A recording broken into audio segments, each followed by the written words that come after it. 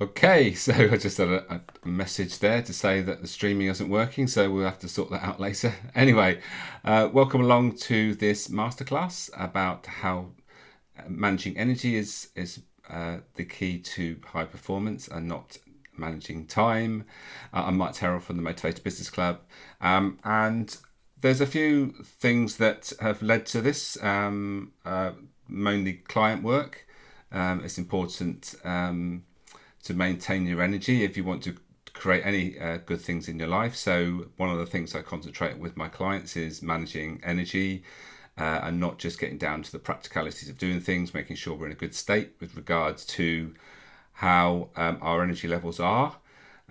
So I just want to before I move on, I'm just going to introduce my book.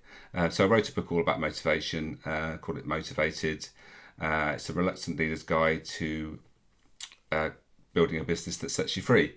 And it's based on a lot of my experiences of running a retail business for 30 years, but also some things that I've learned since that business was sold on. And so with that in mind, things I've learned as I've gone on are, well, there's lots of things I've learnt, lots of things from courses and books.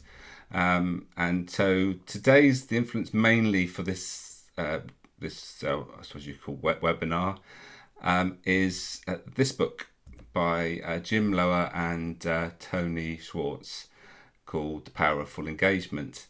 And you'll see that the subtitle of this book is exactly the title of this masterclass, which is Managing Energy, Not Time, is the Key to High Performance and Personal Renewal. And so that's where the influence has come from and the inspiration for this. And when we think about energy, one of the things that they cover in the book is there are 4 types of energy.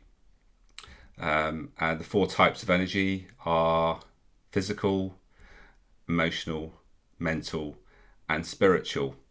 And so when we think about those 4 types of energy, there are various ways that we can recharge them. I suppose you could, the best way to describe it, because energy is something that we use and then we need to recharge. So we need to replenish the energy.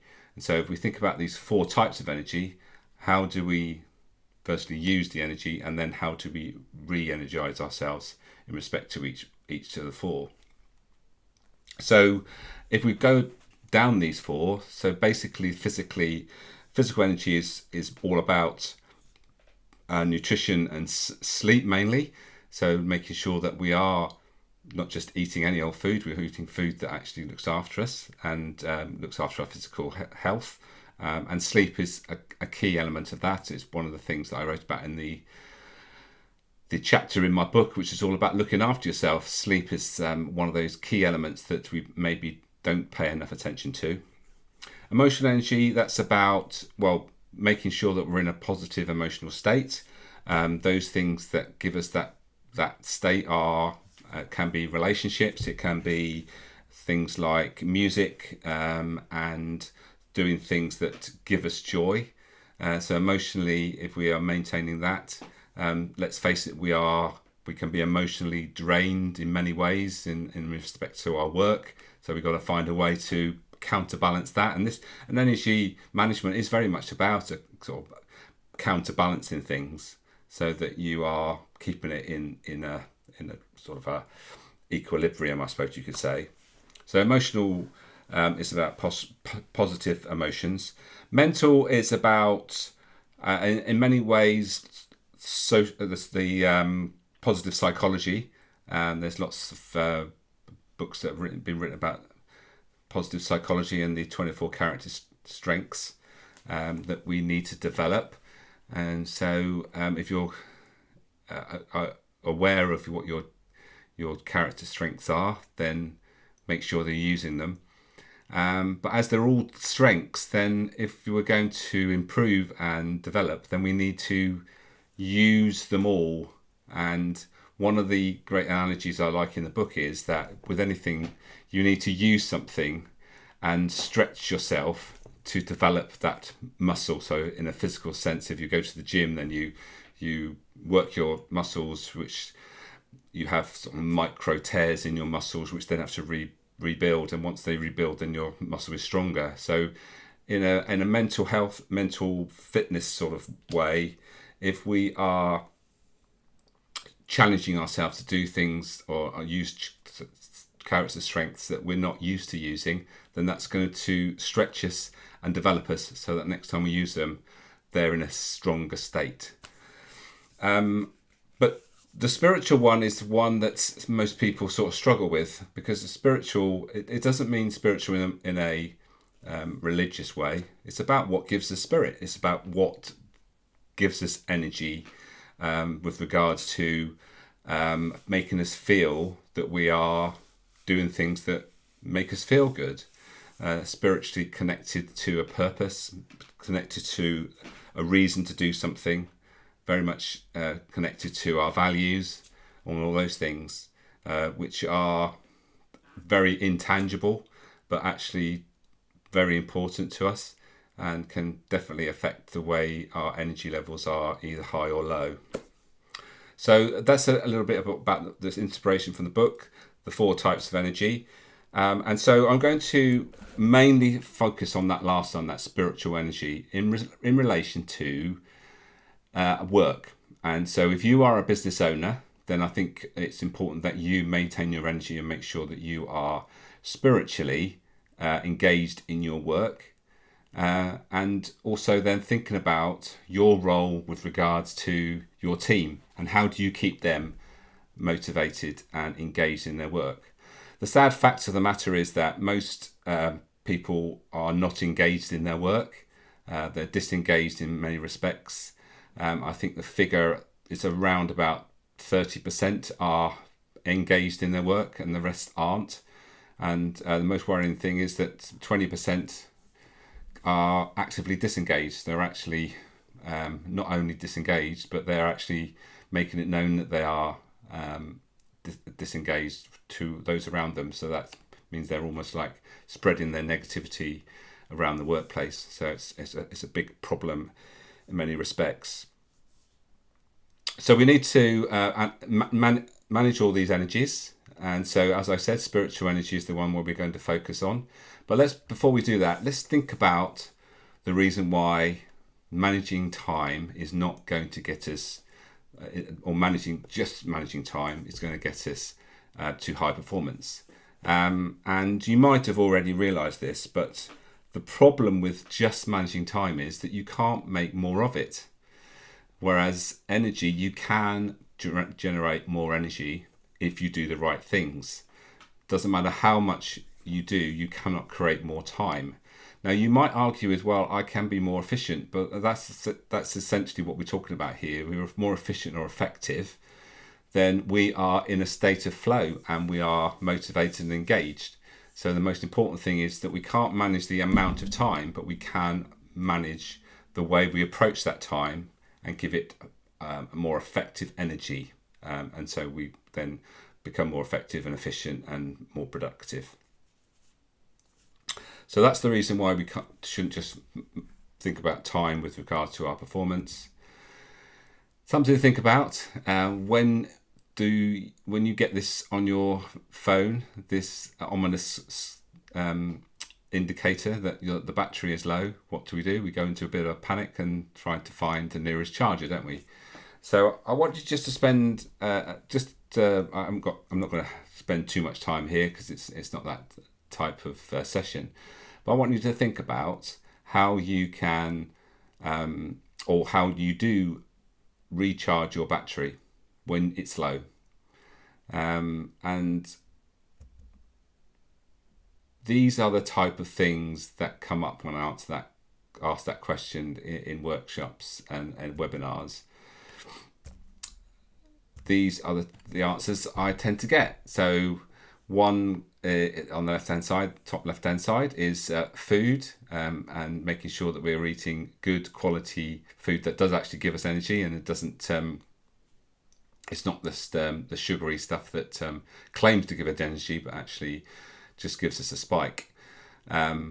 So food is important. Hanging out with friends is important. That for many, so that gives them energy. Exercise is can give us energy, which is a bit of a strange one really, because we're using energy, aren't we? But as we use energy in a physical sense, then we gain energy from the endorphins and all the other things that come from doing that activity. So it's a bit of a use energy to get energy. So it's almost like a no-brainer, isn't it? Once you get into it, it becomes plainly obvious that when you expel energy, you actually get a different type of energy repaid or recharged. And then obviously this hanging out and just being chilling out is another way of recharging. So there's lots of ways to recharge. But what we want to think about today is about how we as individuals get energy from our work. So that's what I want you to think about now. And I'm going to talk about motivation because essentially that's what we're talking about here. It's about what motivates you about your work. And if you can do things that motivate you, then those things are going to give you energy. And the opposite is going to be true. So the things that don't motivate you are likely to sap your energy. And so that's the important fact here. So you can do things, and this is the difference between doing something that you have skills to do and actually can do, but actually what we want is for you to be doing things that you have the will to do or the motivation to do, as well as having the skills to do them. So those are the two things, the will and the skills to do the work. So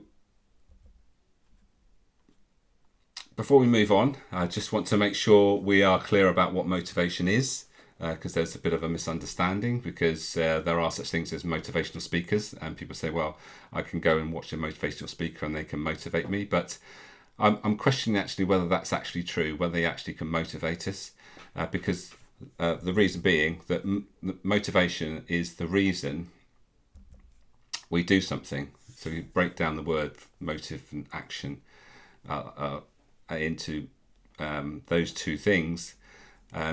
Can someone actually give you a reason to do something? You could maybe argue, but I would suggest that most motivational speakers are inspirational speakers. And so with that in mind, we got to think about how motivation is our own responsibility, and motivation is the reason why we do something. And so to motivate ourselves, we've got to be in touch with those things with regards to the important things that we hold valuable. And we also got to think about, if we are leading a team, how that actually, how motivation is almost disseminated from us, because I believe with regards to motivation, a lot of the things that we are motivated by or inspired by are those people around us. So if we are leading a team, we've got to be in a motivated state, and then that transfer of motivational energy is transferred to our team. But on a different level, it's understanding what they come to work for. What's the reason they come to work for? You've got your reasons, and all they've got their own reasons, and they'll be different. So that's the problem here. We don't really know what motivates people, but by the end of this session, you will have an idea of how to identify motivation, and once you know that, how you can adapt to the way you lead your team to make sure everyone's motivations are being fulfilled. So essentially what we're talking about here, going back to the 4 types of energy, is the spiritual energy part. It's the reason we do stuff. It's the purpose, and also the values that we hold, which are important. So motivation is key to maintain our spiritual energy. So, as I've just mentioned, we need a way to identify, describe and measure motivation. So how do we do that? Well, there's a brilliant tool that has been created by James Sale called Motivational Maps. And it's basically what happens with that tool. It's a diagnostic. It takes 10 to 12 minutes to complete. And it uses these 9 motivations, and it's been created from 3 models: the Maslow's hierarchy of needs, the Edgar Schein's career anchors, and the Enneagram, which is a personality profiling tool. And so with all that information, the background and those tools combined, we can then identify these are the 9 motivations or the 9 reasons people go to work. And so we all have these, we just all have them in different amounts. So I'll go on in a minute to describe, give you a little bit more idea of how that's represented in a map result. But first of all, let's dive into the 9 motivations and what they do. And what they want, I should say, that's the important thing. And why do they come to work? What do these people really want from their work? So let's start with the defender. That was the top left-hand corner. So the defender comes to work. They seek security, predictability, and stability. So how do you, if you are a defender, as a high defender, I should say, bearing in mind that all the 9 motivations are valid within all of us, but if defender is high up on your profile, it's high in your priorities, what should you be doing? Well, you should be creating stability and predictability in your work so that you feel you have it. Some people say, well, I get that from the environment that I work in. I work for a very stable organisation. Others look for security in their surroundings, and they feel secure and everything's sort of predictable in that the same things happen every day in a way that can be predicted. So that's what a defender wants.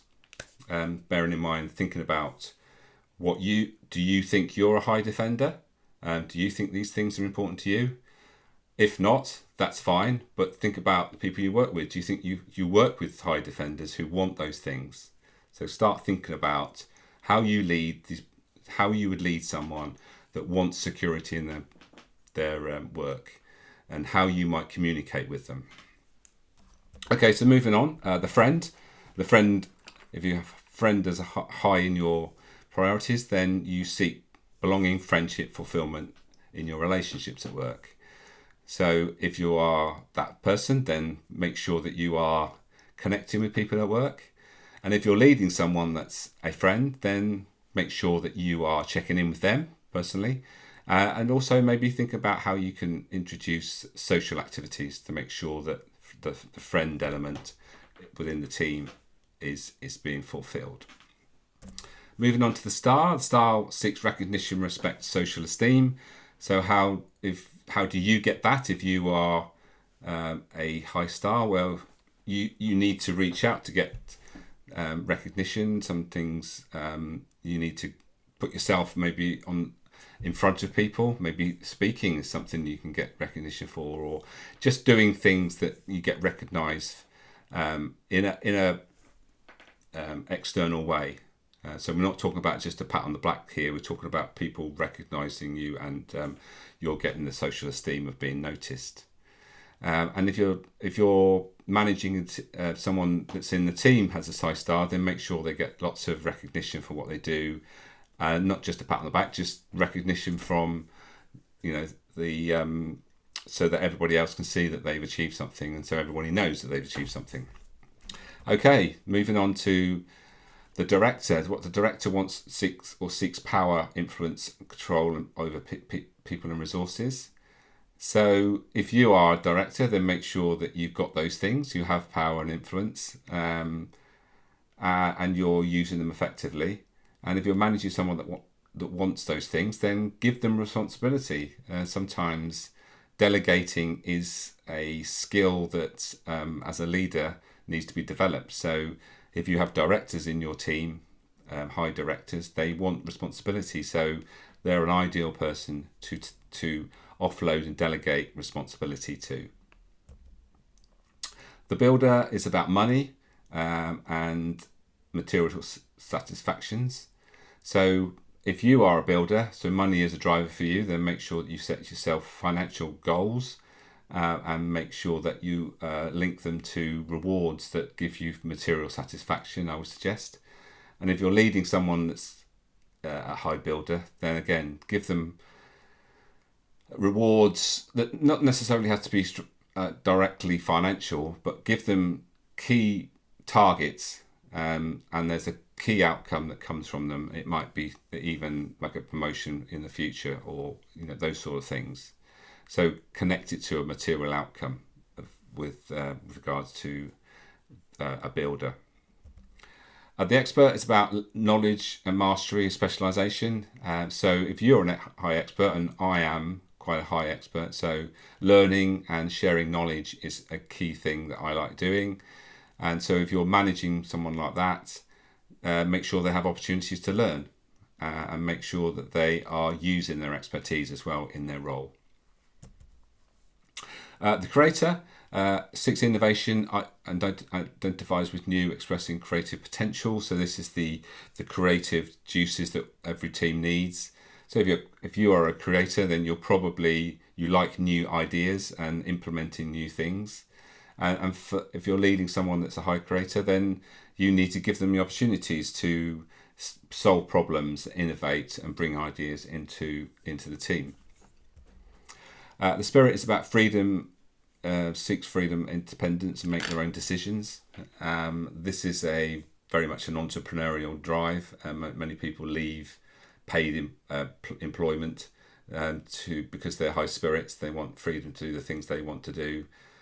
Sometimes it means that they end up working more hours, which you think that actually indicates that they have less freedom, but actually just being able to make your own decisions is the key here.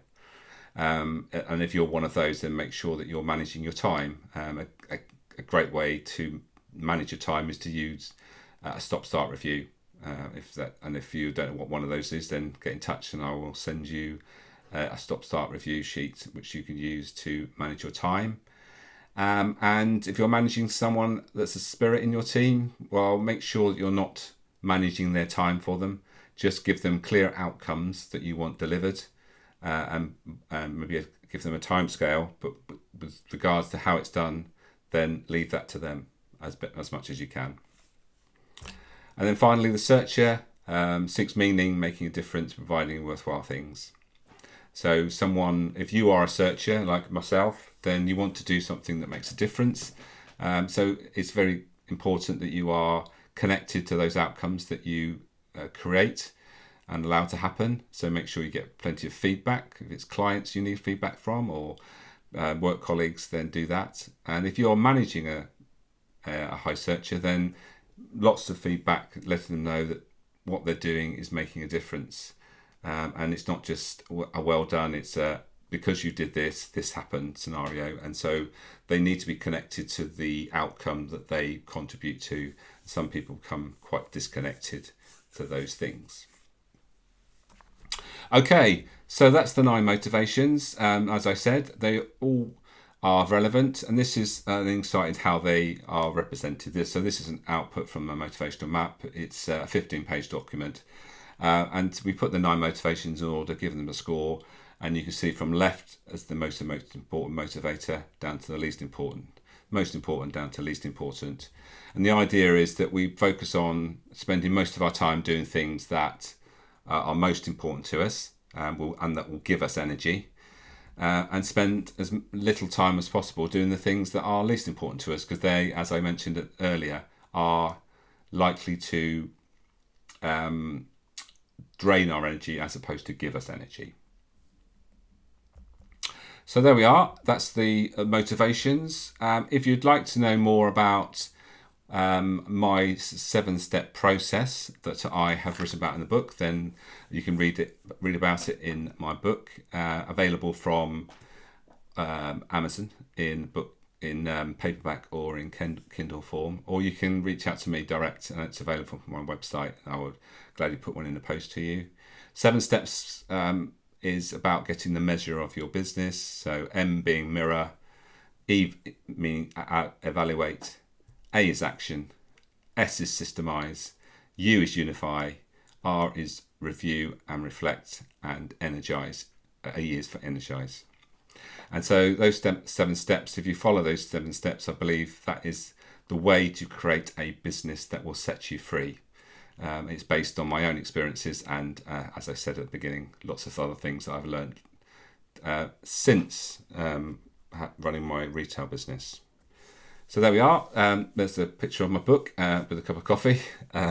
Just But if you would like to know any more about what I do, then please get in touch.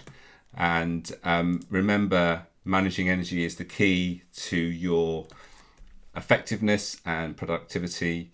So make sure that you are looking after those 4 types of energy, making sure that the physical energy is being fed by good nutrition and sleep, and your emotional energy is being fed by positive emotions. You're doing things that give you those good feelings, like relationships, and doing things like playing music, listening to music, singing. All those sort of things will recharge your emotional energy and make you feel good. Mental energy is about positive psychology. So think about what your character strengths are. Make sure you use those natural strengths that you have. And ultimately, mental fitness is about stimulation, making sure you're doing the things that are stimulating you in a left brain and right brain way.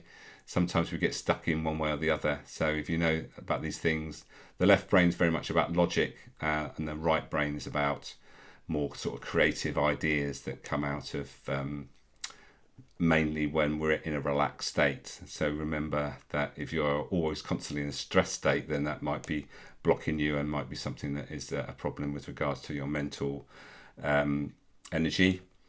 And then, as we've covered here, spiritual energy is about doing things that give you purpose, give you a why, and are fulfilling those values that are important to you. And as I've showed you with regards to motivations, the motivational maps model, make sure you understand what motivates you and make sure those things are being fulfilled, and you'll be in a much better state and you are contributing positively to your energy.